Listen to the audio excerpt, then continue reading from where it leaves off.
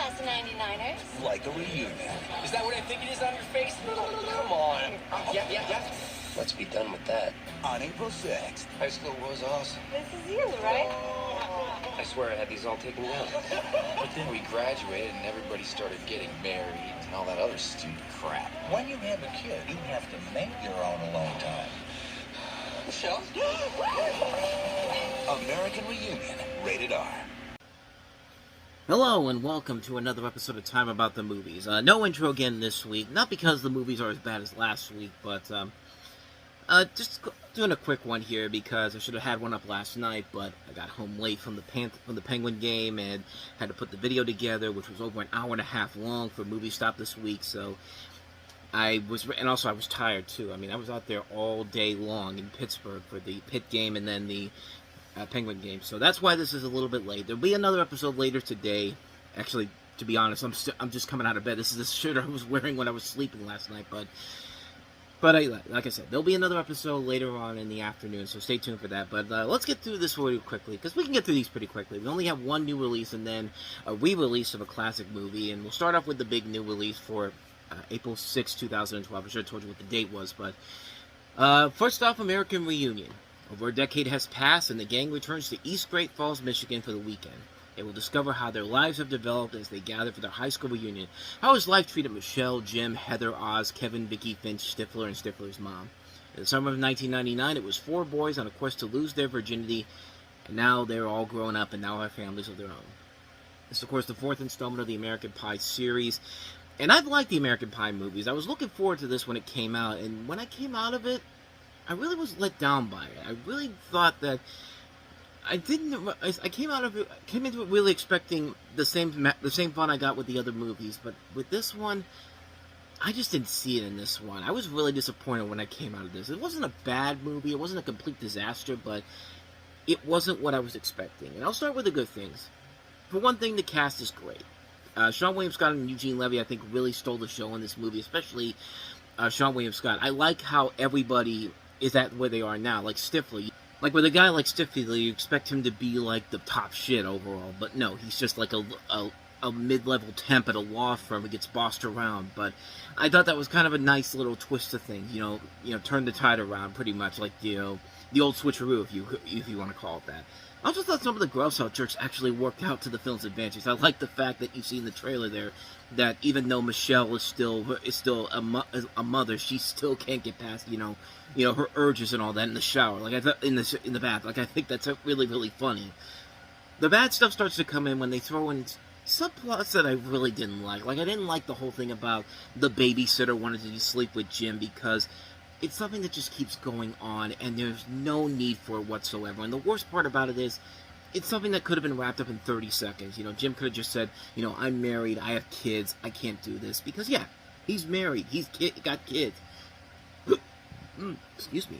He's married, he's got kids, he's grown up, I can't do this. But no, he doesn't bring it up at all, and just goes along with it. And that's really bugged me, because I know Jim is supposed to be kind of the wimp of the group, but there's points when you need to grow some balls and toughen up, man. I mean, even in the original movies, he grew some balls and toughened up when he needed to, and showed everybody that he wasn't just a wimp. Like, he could take chances when he needed to, but also, I didn't like the fact that they forced a lot of random cameos from everybody in the group.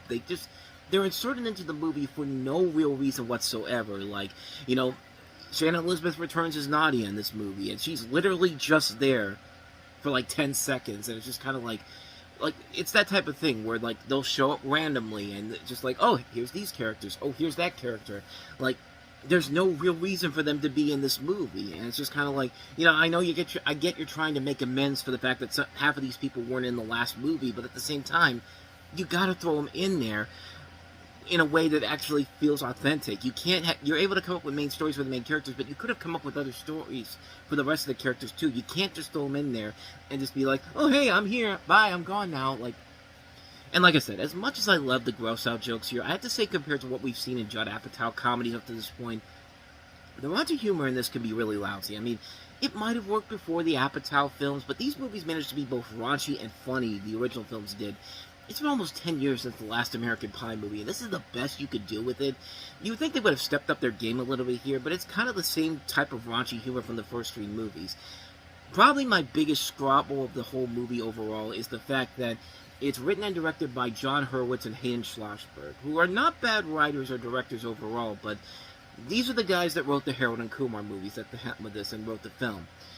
The problem is they haven't written any of the other American Pie movies, so why waste it? Why would you even bother not getting anybody from the original writing or directing crew to do this movie and make it feel authentic? I mean, even Scream 4 the year before had Kevin Williamson come back to write the script for it, but they couldn't even get somebody who wrote the first three movies or directed the three movies and knows these characters well. So we're just bringing these people who, yeah, they made the Harold and Kumar movies, but at the same time, it's not the same people who established this universe.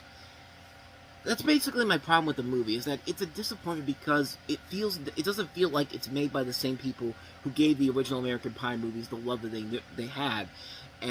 But like I said, it's not a complete disaster. Sometimes it'll get a good funny moment here and there, and it's good to see these characters back, but I don't know what's going on with me today, but they could have given us something a whole lot better, considering how R-rated comedies have evolved since the last American Pie movie. And I really felt like they missed the mark on this one here. A disappointment to say the least. It's the one I watched the least.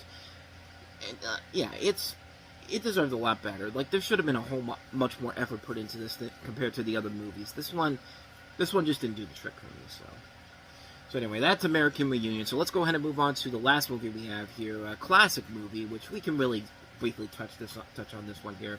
Titanic is back in theaters in 3D. Are you ready to go back to Titanic?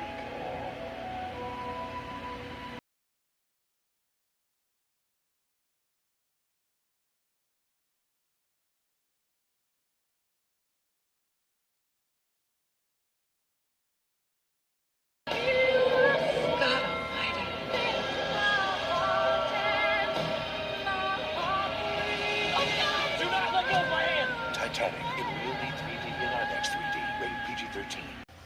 Because Paramount saw what Disney was doing with their 3D releases and said, hey, we could do this too. And we have it out here. You know, it's the 25th anniversary of Titanic, and it's our 100th anniversary as a studio, so we can knock out two birds with one stone with this one. That's pretty much why they did it, and yeah, do I really need to tell you what the plot of this movie is? In short, you know, we flash back to when the Titanic sailed, and we're following two different people of two different backgrounds. Leonardo DiCaprio, who's a street merchant, who's a street peasant, played by Leonardo DiCaprio. I just said that already. And he falls in love with a woman of richer values, played by Kate Winslet. And you know, their backgrounds keep them separated, but they can't get away from each other. They fall in love throughout the course of the movie, and their love takes to a whole nother level while the Titanic is sinking after hitting an iceberg. And of course, you know, I've touched on this movie before in the past, and really, there's not much more I could add to it per se, except the fact that it was released in 3D, and in a way, it probably would have benefited the movie to see it in 3D, because I think this would have looked pretty cool on a big screen in 3D with the technology that we've had that's been radically different since the original release of the film back in 1997, because not only do you get it in 3D, but you can also see it in IMAX too. And this thing probably looks gorgeous in IMAX overall. Like I said before with the movie, I like it. I don't hate it per se, but it's a movie where, you know, as a kid growing up, I said it before, when I saw this in theaters for the first time, my first thought was, you know, okay, this romantic story is good, okay and all, but come on, get to the ship getting destroyed. And when the ship gets destroyed, that still holds up after all these years. As an adult, I've grown to appreciate more of the adults, at least the romantic subplot of it, which is done very well compared to something like Pearl Harbor, which tried to do the same thing, but it failed miserably. So, in a way, I like it more now as an adult, more than I did as a kid, but I'm not going to say it's one of James Cameron's best movies overall. I think he's made so many other better movies, like True Lies, and also the Terminator films, but, I mean, the guy still knows what he's doing after all these years. I mean, even with the Avatar movies, they're still gorgeous to look at on the big screen, even if the story's a little, not really that impressive overall. But then again, the third film's coming out this December, so hopefully that will change to, they'll actually add an element to the story where it doesn't feel like we're just rehashing the same movie again, but we'll see what happens there. But like I said, not much more to really add to this one per se. Titanic was back in theaters for 3D, and probably would have been a great 3D experience had I taken the time to see it, but I don't know, I was still in my time where I thought that, yeah, this movie wasn't for me, but no, I kind of regret it overall. I've had several chances to try to see this in 3D, but the time and scheduling just didn't work out for me, so. Not much more to say about that one. That's Titanic in 3D. And thus, with all that said, we wrap up another episode of Time About the Movies. We'll take a look at Friday the 13th of April, 2012, next time around. A lot of good movies on this one. Okay, maybe 2 movies, including one of the biggest surprises, the Farrelly brothers doing the version of The Three Stooges with Sean Hayes, Christy Amanatopoulos, and Will Sasso as Moe, Larry, and Curly. And, we'll talk about that one. That was a movie that a lot of people were not expecting to be great, but turned out to be one of the biggest surprises of the year. We'll take a look at that. We'll take a look at the new film from Joss Whedon, who wrote the script for this, not directed it, but he'll have a film coming out as a director coming in the next couple of weeks. But The Cabin in the Woods, we'll take a look at that one.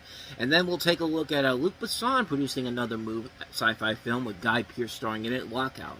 So that'll be coming up later today here on this channel, so stay tuned for that.